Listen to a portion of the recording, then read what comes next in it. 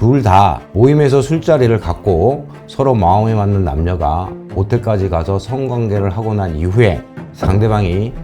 중강간죄로 고소한 사안인데, 그 대응 방법이 서로 차이가 있음으로 인해서 결론에서 상반된 결과가 나온 사안입니다. 안녕하십니까. 법무법인 창비의 부장검사 출신 대표 변호사 김영진 변호사입니다. 오늘은 성범죄 중에서 중강간죄에 대해서 자세히 살펴보도록 하겠습니다. 중강간죄는 강간죄와 달리 상대방의 심신상실이나 환거불능의 상태를 이용해서 성관계를 하는 것을 말하는 것이고, 심신상실 또는 환거불능의 상태라고 하는 것은 결국은 상대방이 의사를 자유롭게 결정할 능력이 없는 상태를 지칭하는 것입니다. 따라서 중강간죄에 있어서 중강간죄 여부를 결정하는 가장 중요한 요소는 첫 번째, 상대방이 환거불능의 상태에 있었느냐 여부이고, 두 번째는 두 사람 사이에 실질적으로 성관계가 있었느냐 여부입니다. 비단 모든 성범죄에 있어서는 성범죄라고 하는 것은 두 사람 사이에 은밀한 공간에서 이루어지는 것이기 때문에 증거라고 하는 것은 결국은 양 당사자의 상반되는 진술밖에 없는 경우가 대부분입니다. 따라서 본인이 억울한 누명을 쓰지 않거나 누명에서 벗어나고자 하면 결국은 본인의 진술의 신빙성이 인정이 되어야 되고, 그러기 위해서는 항상 진술이 일관되고 그 다음에 객관적 합리성을 띄어야 한다는 점을 명심해야 할 것입니다. 저희가 선임에서 실제 수행한 사건 중에 유사한 사례가 두 가지가 있습니다. 둘 다 모임에서 술자리를 갖고 서로 마음에 맞는 남녀가 모텔까지 가서 성관계를 하고 난 이후에 상대방이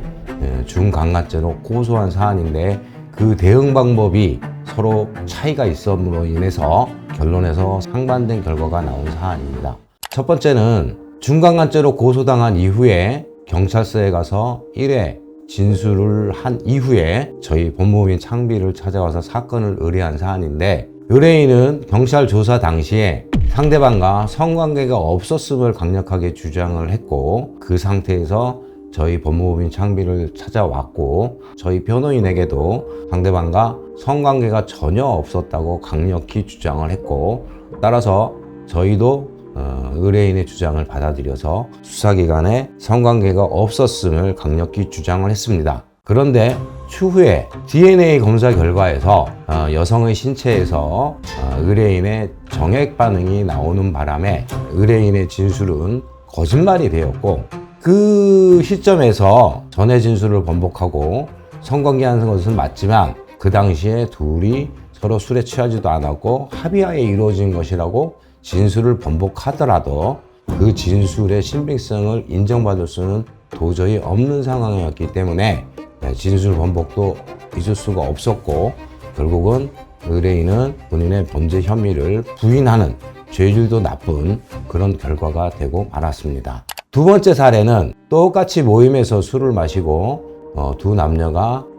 모텔에 가서 성관계를 한 사안이고, 나중에 중간간으로 고소를 당했는데, 이 의뢰인은 고소당하고 나서 경찰에서 조사받기 전에 저희 법무법인을 찾아와서 사건을 의뢰했고, 본인은 결백하다고 주장하면서 도움을 요청했고, 따라서 저희는 의뢰인과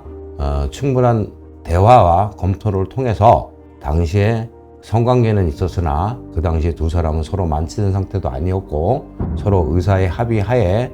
성관계가 있었다고 주장을 하게 되었고, 결국은 그 진술의 신빙성을 인정받기 위해서 과연 어떠한 증거자료가 있을까 여부를 검토한 끝에 의뢰인의 핸드폰에 있는 헬스 앱에서 당시의 그 기록을 찾아냈습니다. 그 당시 기록에 의하면 사건 당일날 술집에서 모텔까지의 거리는 약 2.25km 정도였고, 두 사람이 그 거리를 걸어간 시간은 약 30분 정도 소요되었습니다. 그 시간에 그 거리를 걸어간다고 하는 것은 두 사람 다 술에 만취되지 않은 정상적인 상태였다는 것이고, 만약에 고소인의 주장대로 술에 만취되었다면 그 시간에 도저히 그 거리를 걸어갈 수가 없는 상태였다는 것이고, 따라서 성관계 당시에 술에 만취되어서 저항할 수 없었다고 하는 고소인의 주장은 결국은 신빙성이 없는 것으로 배척당하게 되었고, 당시에 술에 만취되지 않고 서로 합의하에 성관계를 했다고 하는 저희 의뢰인의 주장은 받아들여져서 결국은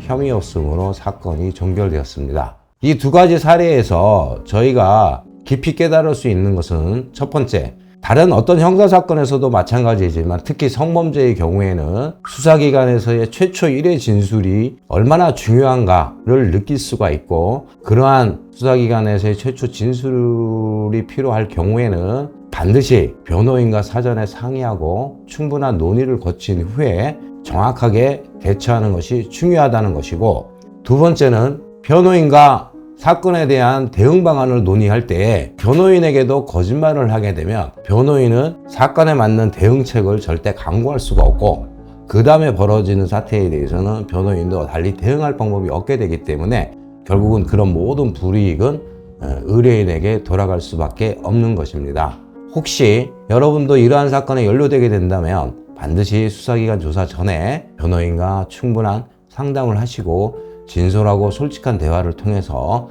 해결 방법을